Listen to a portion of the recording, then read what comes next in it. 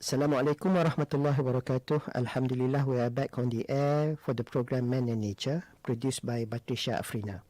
For the next half an hour, you will be joining me, Sheikh Muhammad Saifuddeen with Sheikh Muhammad Salleh, and a special guest panelist who will be sharing his expertise and views on the chosen topic for this week. The overarching theme for this season's Man and Nature is biodiversity. In line with this, we have an interesting topic to share in this week's edition of Man and Nature. The topic for discussion this week is striving for sustainable balance, biofuels and biodiversity. And to further explain this topic, ladies and gentlemen, I am pleased to introduce Associate Professor Dr. Ilham bin Zulkiflee Lubes, Deputy Dean, Research, Faculty of Science, Universiti Malaya. Assalamualaikum Dr. Zul, and welcome to Man and Nature. Waalaikumsalam warahmatullahi taala wabarakatuh, Dr. Shaikh. Thank you for having me here today. Happy to have you back to the program. Okay, Dr. Zul, let's start off our discussion. Perhaps I think I would like to start with this statement. We know that biofuels are important, but they can also be somewhat controversial. So today we are actually tackling a very complex yet crucial topic: biofuels and how they relate to biodiversity. Now, the idea of biofuels, that is fuels derived from plants and other organic materials, sounds great for the environment. Now, can you explain what exactly are biofuels? I know many people have heard about biofuels but may not be too sure what they are, and how do they work, and are they really a viable alternative to fossil fuel? Thank you, Dr. Shaikh. So, in order for me to explain what biofuels are, I believe that most of us have heard about biofuels previously. However, I think it is better for me to reiterate again what biofuels are. So, if we wonder what biofuels are, basically we could say that instead of filling up your car with fossil fuel, petroleum, that you can get from the gas station, which take millions of years to form underground, so you could be using fuel made from plants or even leftover cooking oil. So that's the basic idea behind biofuels, where we can use leftover cooking oil, recycled cooking oil, or fuel made from plants instead of fossil fuels to be filled into your cars. So they are essentially fuels that are made from living things, or what we call as biomass, and it takes shorter time frame to be formed in comparison to the conventional fossil fuel. We are talking about producing fuel from crops like corns, sugarcane, palm oil, algae, and even use cooking oil that you have just used in your homes. The biomass was then processed into liquid fuels that can power our cars, trucks, or even heat our home if we need heaters. There are a few reasons why biofuels getting a lot of attention. First, it is because it is renewable. We can keep on planting new crops or finding new sources of biomass to make more biofuel instead of using the existing conventional fossil fuel that, as for now, we didn't really know how much longer left in the reservoir. Think of it like this: you take in oxygen. We human take in oxygen and release carbon dioxide when we breathe. Plant do the opposite way. It consume carbon dioxide and release oxygen. So when a plant is used to produce biofuel, then the fuel is burned, we can say that the amount of carbon dioxide released from the fuel is roughly equal to the amount that the plant absorbed while growing, making it kind of carbon neutral and attractive to all of us. About your question about how do they work, I could give two examples of biofuels: biodiesel and ethanol. For ethanol, in order to produce it, we need sugars from plant, fermented it, and it is being used as fuel for petrol cars, equivalent to petrol car, and we could use it 100% or in mixture with the normal petroleum that we fill into our cars. For biodiesel, on the other hand, we need a process, a chemical process called trans-esterification to convert this oil into biodiesel, which can be filled into our trucks or cars that use diesel fuel. It could also be used in blends. For example, if we use 10% biodiesel in a mixture of 90% of diesel, we call it B10. If we mix 20% of biodiesel, then it's gonna be B20. That's how the term being used in order to describe the blends of biodiesel inside tanks. Whether they are really a viable alternative to fossil fuel, Dr. Shaikh, I could say it is not quite the perfect solution. However, it is a promising alternative. Of course, we have some challenges that we will discuss today, such as land use, water usage, emission, and also the relationship with biodiversity. Right. Thank you, Dr. Zul, for the explanation regarding what biofuels are. You actually mentioned that biofuels can be obtained from plants, and of course this has raised the concern that biofuel production may displace food crops necessary for food and feed, and also harming biodiversity. So can you elaborate on this challenge and how can we overcome them? Absolutely, Dr. Shaikh. Of course, there are significant challenges associated with biofuel production as well as usage. So I could describe or explain two challenges today. The first one, in relation to food versus fuel that you mentioned before. I've mentioned just now that biofuels could be produced from crops such as corn, palm oil, soybean, which are all edible oil, cooking oils that we can use daily. So the challenge is food versus fuel, where large-scale biofuel production can compete with land needed to grow food. Imagine a scenario where cornfield or our palm oil field, when we drive back to Hari Raya, we can see all along the highway, right? We have palm oil plantation. If we have to convert all those to plant palm oil in order to produce biodiesel for cars, this can lead to competition and food price hike and even shortage, right? But then there are solutions to this, where these crops that are being used for biofuels, edible crops, food crops, are being called as first generation biofuels.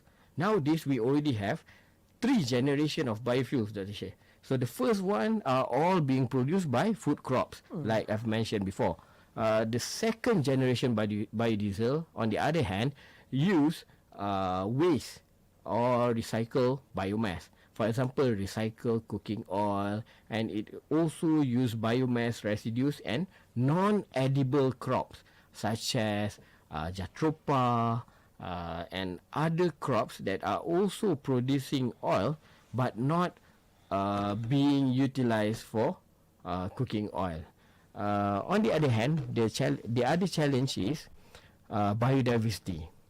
Another concern is that we will have to plant crops in order to produce biofuels, monocrops, singular species of crops, and replacing the areas of rainforest, and it could disrupt ecosystem and lead to loss of plant and animal species.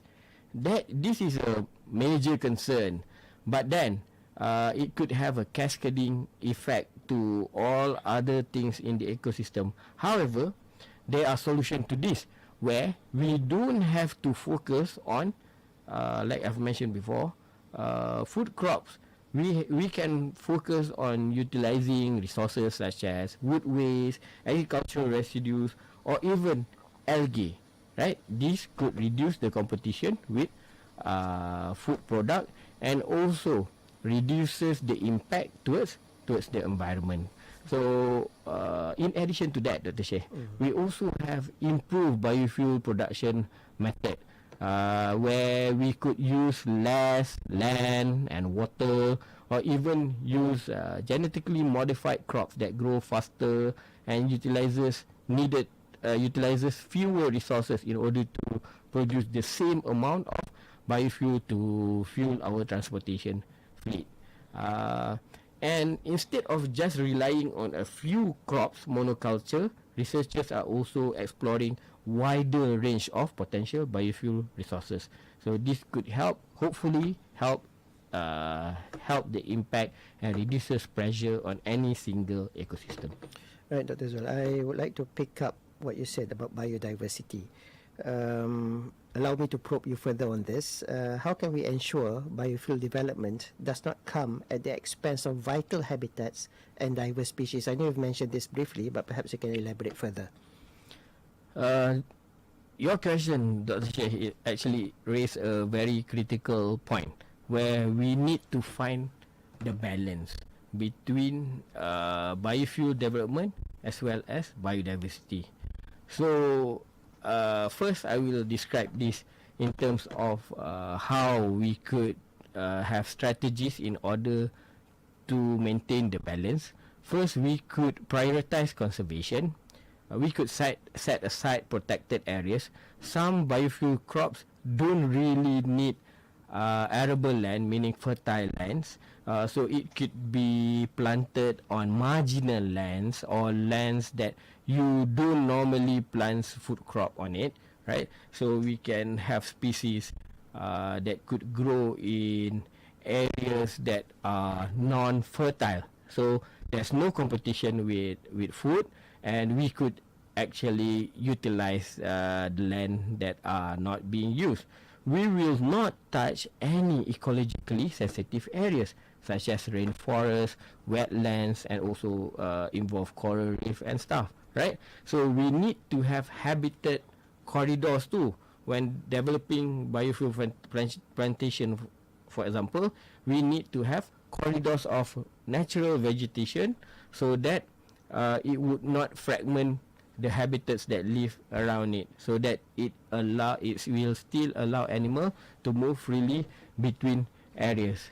But in IKIM, I would like to emphasize that we need to find the balance. Balance, I believe in Islam we describe it by using wasatiyah, Dr. Shaikh. So we need to find a sustainable feedstock that could help us produce biofuel, but on the same time doesn't jeopardize biodiversity, and it is available, not something that we need to find something new or something far ahead that we could not reach. I am very much interested when you mention the word balance. How can large-scale biofuel production coexist with healthy biodiversity ecosystems? So, Dr. Shaikh, I mentioned the concept of moderation and balance, right? In Islam, the Islamic concept of wasatiyah can be a really strong guiding principle in order for us to develop this large-scale biodiesel power plant. So the challenge ahead is for us to shift towards sustainability. So we need to move from the current focus on producing biofuels from food crop into non-food sources, utilizing waste and materials as well as agricultural residues. Malaysia and the other Southeast Asian countries are being blessed with 55% more biomass than other parts like the northern hemisphere or the southern hemisphere, because we are in the tropical region. So it is crucial for us to use these abundant resources, which could also address the sustainability concern towards using food crops, competition with food and stuff. In addition to that, I believe we should also have public awareness, to raise public awareness about the benefit of utilizing sustainable biofuel as an alternative fuel towards fossil fuel, and encourage wider acceptance and support from the industry. Since biofuel production is very important, I'm sure that we need policies. So what role does government policy play in promoting sustainable biofuels? Dr. Shaikh, in Malaysia, we already launched a policy called National Biofuel Policy. And recently, we launched a nationwide mandatory of using 20% palm-based biodiesel. I'm talking about biodiesel because we have a lot of palm oil in our country, right? So we have launched this nationwide mandatory 20%, B20 being used, but then not implemented nationwide. It is only in some areas in Langkawi and Labuan. As during those time, it was in 2020 during the COVID pandemic. And later on we have other multiple changes in recent years that doesn't really accelerate the process. However, the current Malaysian biodiesel production could rise to 1.8 million metric ton in 2024 if we have this mandate, right? However, having said that, we should also see where Malaysia is positioned among the Southeast Asian countries.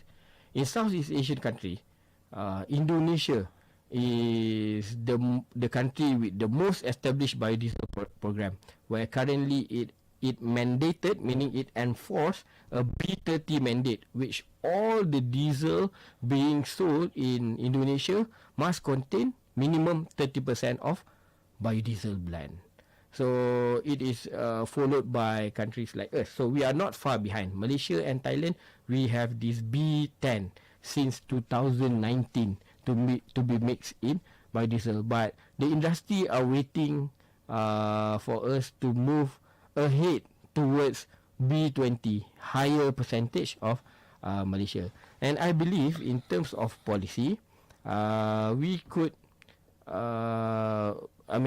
Malaysia could work on our strength. The first one is we are major palm oil producer, meaning as world's first and sometimes second largest palm oil producer, Malaysia has readily available source of raw material for biodiesel production.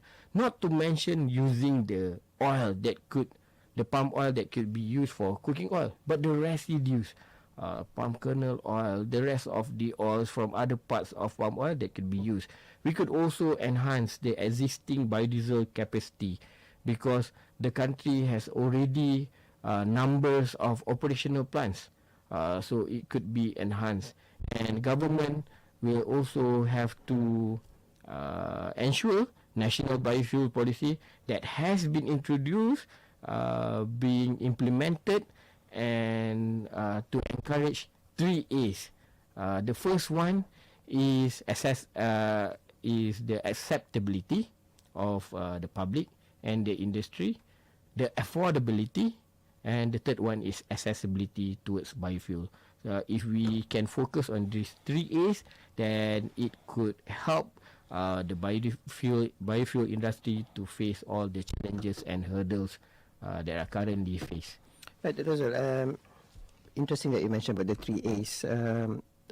I'm just wondering, what is the acceptability rate of biofuel amongst the Malaysian public? We haven't have a really concrete survey on whether the acceptance specifically towards biofuel, but we have acceptance of youth towards renewable energy, which include other kinds of renewable energy, solar, wind, biomass. So biofuels falls into biomass, which is one of renewable energy. It could be said that the young people from 19 years old to 40 years old, more than 55% of them really would like to use biofuels, but they don't really have the access. So the acceptability is there, but it's hard to be found, to be used. So we have the acceptability rate high, more than 55%. In elder generation, however, it is a little bit lower at 35%. But I see that with the movement towards environmental concern, those figures will increase, right?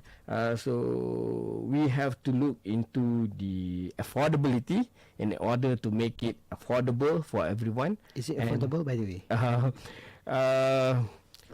For now, the process is costly in comparison to the conventional fuel. Okay. But with the subsidy that we currently have, it could be lowered into affordable rate. However, in the future, as all of the technology phases, we could see that we could foresee that it could be more affordable in the future. And it will be more competitive in the market, I suppose. Dr. Zul, what are some of the challenges that we face in achieving a future powered by sustainable biofuels? So, the challenges, there are many, Dr. Shaikh, but we could discuss a bit today. The first one is low biofuel consumption.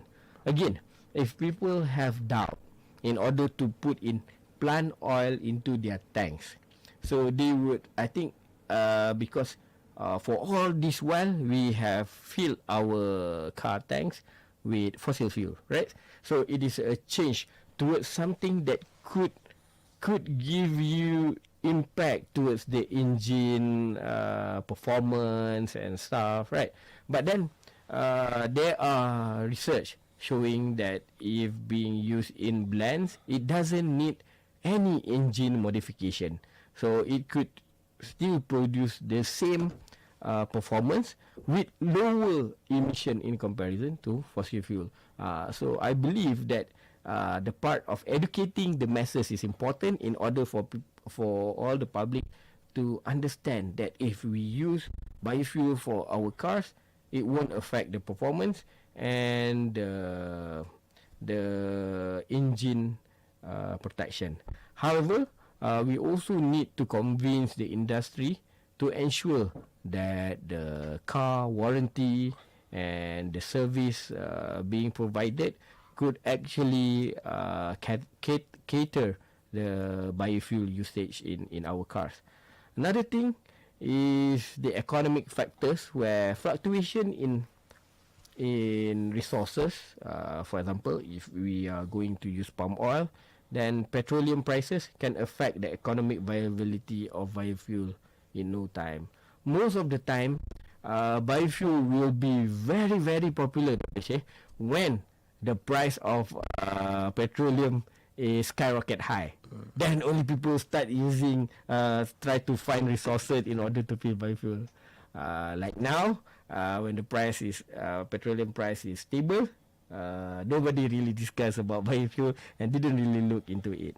The other thing is that we have to shift the focus on first generation biofuel, which all of us know could affect biodiversity because of its nature being planted in monoculture, vast land area, vast fertilizer and water being used. So instead, we should focus on the other generation of biofuel, the advanced generation of biofuel, exploring more sustainable sources that could address all the environmental concern, lowering the usage of water, not using fertile land that could be used for better purposes such as food production, and on the other hand, still we could address the environmental concern and reduce the emission. So it's the way for us to find the balance, to be wasatiyah in our approach, so that biofuel development could also utilize the agricultural residues and resources that Malaysia have, as well as protecting our beautiful biodiversity and green areas in our country. Dr. Zul, I have one question that just cropped up. You've been to Japan, you've been to the United States. Comparing Malaysia to these two developed countries in terms of biofuel, how are we compared to them? So Dr. Shi mentioned Japan and the US, right? So first I will explain about what happened in Japan. In Japan, the program has started way long ago, around 20 years back. Japan is the country where they don't really have a lot of resources. Most parts of the countries are mountainous areas, so they have to use whatever that they have in order to produce biodiesel. So, for example, in Kyoto or in each street, they will have a collection center, voluntary collection center, a house where one household will collect all the used recycled tempura oil because they cook tempura quite regular in a way.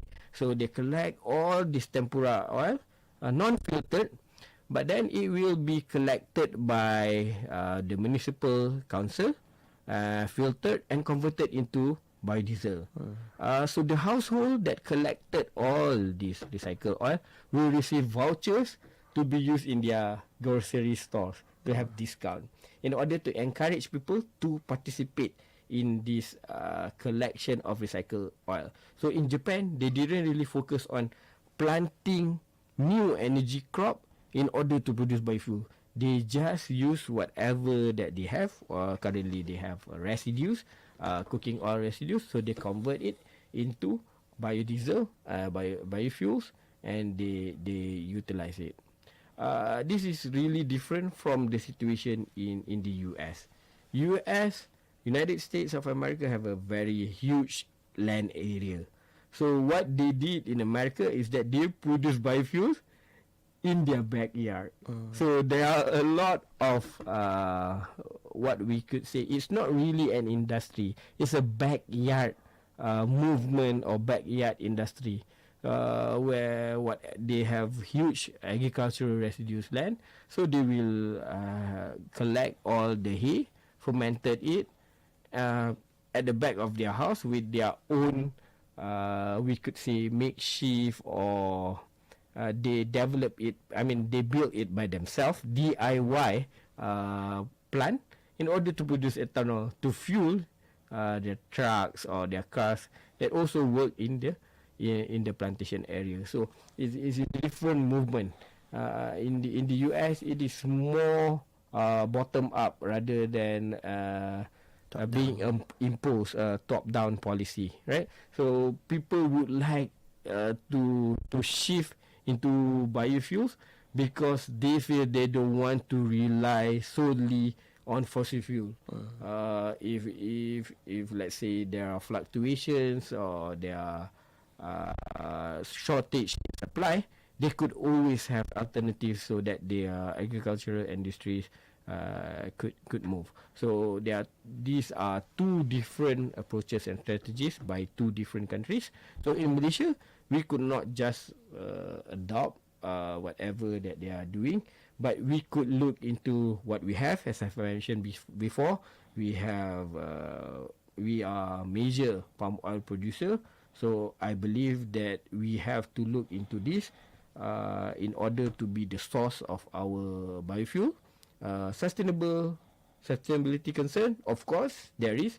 Biodiversity concern, of course, we have biodiversity concern, but it shouldn't stop us from looking into this and studying into this. We should address this concern and find the balance where we can actually have biofuel production as well as protecting the environment and biodiversity.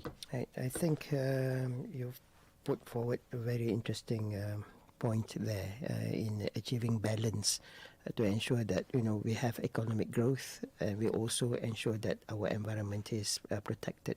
Perhaps some last words from you before we conclude our program. I believe, Dr. Shaikh, that in order to find balance in development as well as protecting the environment, we need to have our public to discuss this matter so that everybody is aware of what the public needs and also what the country needs, and we can find strategies in order to approach this matter wisely. instead of just plug and play, taking up technologies from other countries and execute it here.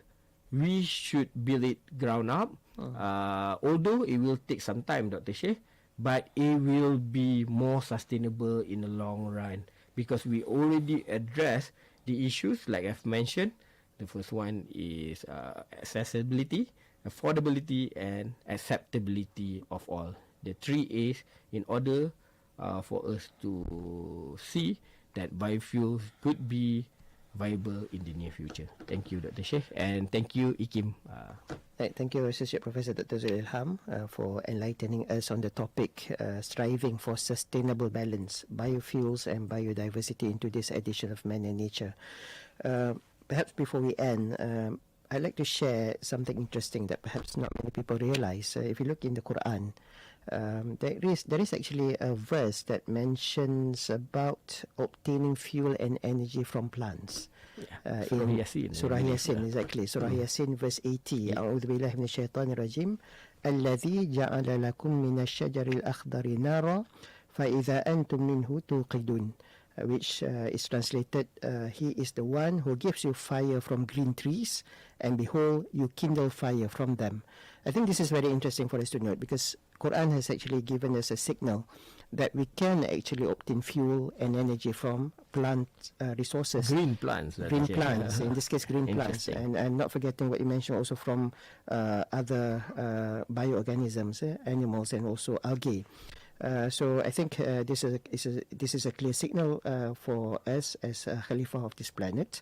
But at the same time, we need also to be aware of the need to ensure that what we do not harm the environment. I think that is equally important. Hence, the balance that we need to strive upon, as discussed by Dr. Zul earlier. So I hope that our discussion has been informative and beneficial to all who are listening. Do tune in again next week at the same time for another interesting topic on biodiversity. For the last 30 minutes, you have been listening to Man and Nature. I am Shaikh Muhammad Saifuddeen with Shaikh Muhammad Salleh, signing off until next week. Wabillahi taufiq wal hidayah. Wassalamualaikum warahmatullahi wabarakatuh.